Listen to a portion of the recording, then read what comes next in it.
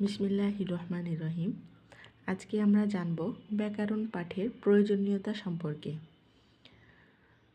ব্যাকরণের নিয়ম কানুন জানা না থাকলেও সাধারণ মানুষের মনোভাব প্রকাশ করা হয়তো সম্ভব হয়, কিন্তু ভাষার মর্যাদা রক্ষা করে বিশুদ্ধভাবে প্রয়োগের ক্ষেত্রে ব্যাকরণ পাঠের প্রয়োজনীয়তা রয়েছে। যেমন, ব্যাকরণ ভাষাকে বিশ্লেষণ করে। ব্যাকরণ পাঠ করে ভাষার বিভিন্ন উপাদানের গঠন প্রকৃতি এবং সেসবের সুষ্ঠু ব্যবহারবিধি সম্পর্কে জানা যায়।